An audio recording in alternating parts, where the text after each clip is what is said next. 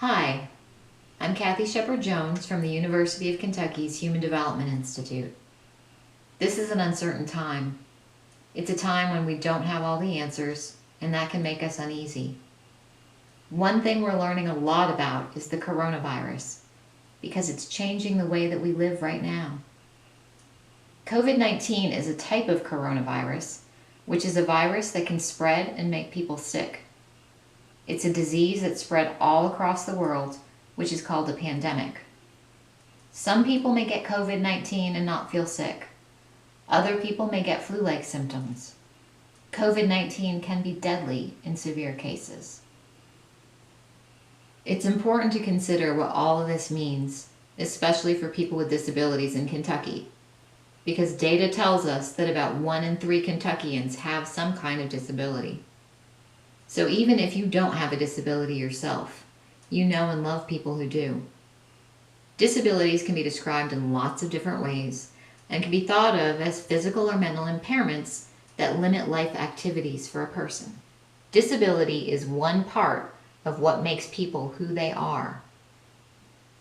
People with disabilities in Kentucky are essential workers, students, family members, and friends. People with disabilities, just like everyone, are at risk of becoming isolated and overwhelmed. We all need to remind ourselves to take a deep breath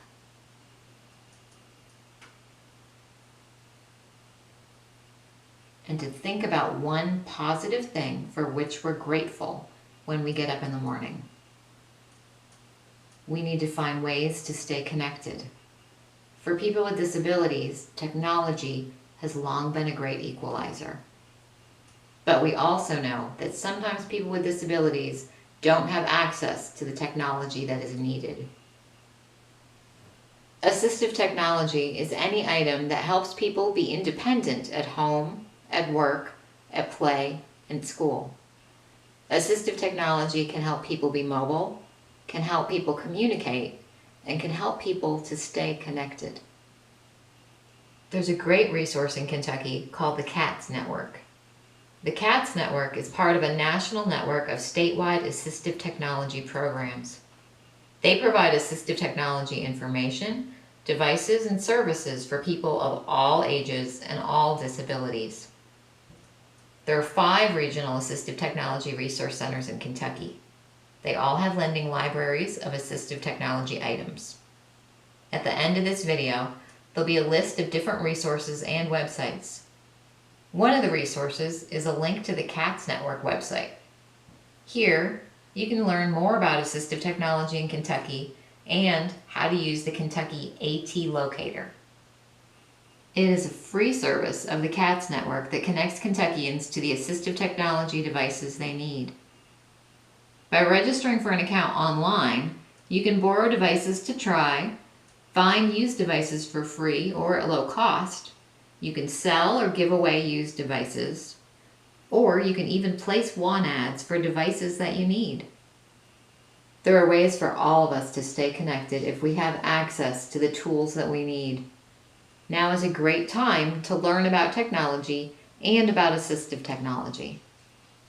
Another way to learn about assistive technology and more is where I work, the Human Development Institute at the University of Kentucky.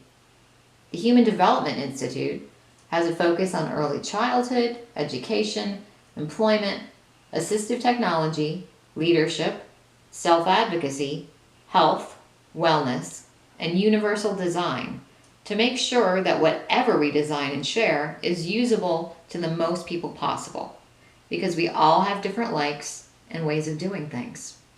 The website is hdi.uky.edu. There's also a page on our website on COVID-19 resources. Many of the state agencies we work with also have COVID-19 resources. In Kentucky, kycovid19.ky.gov is our state's official website, and it provides the most accurate information and updates. I'm grateful that this year marks the 30th anniversary of the Americans with Disabilities Act, also known as the ADA. This is a civil rights law for individuals with disabilities and guarantees protection across public businesses, transportation, telecommunications, services provided by state and local governments, and employment. When President George Bush signed the ADA, he said, "With today's signing of the landmark Americans for Disabilities Act, every man, woman, and child with a disability can now pass through once closed doors into a bright new era of equality, independence, and freedom." As a person with a disability, I know that I'm very thankful for the acts of heroism and advocacy by so many disability advocates that made the Americans with Disabilities Act a reality. But today, I am most grateful that on March 28th, the Office for Civil Rights at the U.S. Department of Health and Human Services has provided a reminder to everyone that during this pandemic, all of the protections provided under laws like Section 504 of the Rehabilitation Act still apply. This will help ensure that people with disabilities don't have to worry about being denied medical care on the basis of stereotypes, assessments of quality of life, or judgments about a person's value or worth based on having or not having a disability. Just like everyone, people with disabilities need to be doing things to stay healthy and to stay well. There are some great resources to do this available online at wellness4ky.org. There are wellness tips and exercises that everyone can do, whether you're sitting or standing, or if you like to have information shared with pictures, spoken or written words. There's a lot of great information here. And to all of Kentucky's direct support professionals who are helping people at home and at work, thank you. Your work is more important than ever. We must take care of ourselves and of each other.